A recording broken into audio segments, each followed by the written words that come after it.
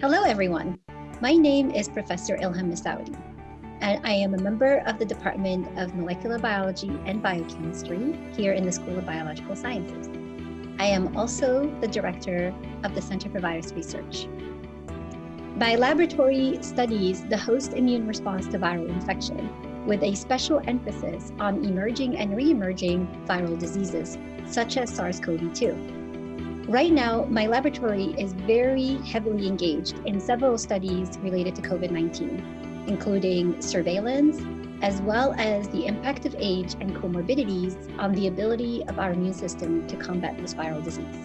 In the upcoming panel, I will be describing the various vaccine platforms that have either been approved or are in the process of being evaluated for emergency use authorization by the FDA. I will cover the mechanisms by which these vaccines work, how our immune system gets primed to be better prepared to respond to SARS-CoV-2 infection after vaccination, as well as the durability of immunity following either infection or vaccination. Please join us February 4th at 4 p.m. for this first in its kind Dean's Distinguished Lecture. Please be sure to register today.